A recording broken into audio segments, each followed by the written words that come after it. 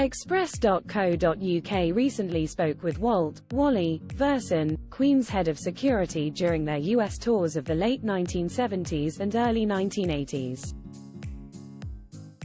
Fans will know him for being the strapping young man who famously dressed up as Darth Vader, carrying Freddie Mercury on his shoulders for a rendition of We Will Rock You during concerts.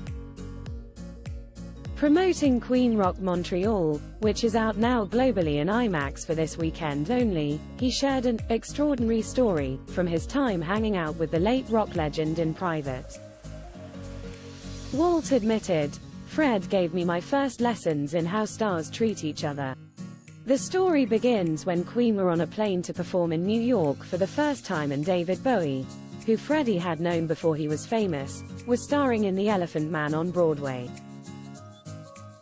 Walt shared, "I had become the sort of assistant tour manager. So I said, 'What do you want me to do?' And Fred gently put his hand on me and said, 'Nothing yet.' I looked at him bewilderedly and he said, 'David knows I'm going to be in town. When David calls to invite me to the show, then, you know.' And that happened 2 days later.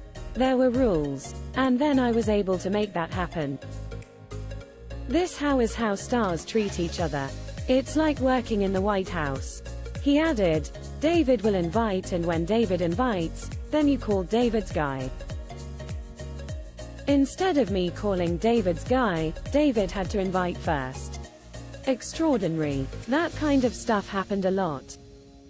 Walt is producing an upcoming documentary called Play the Game, a jock and roll story about him and fellow American football players who were hired to be Queen's security.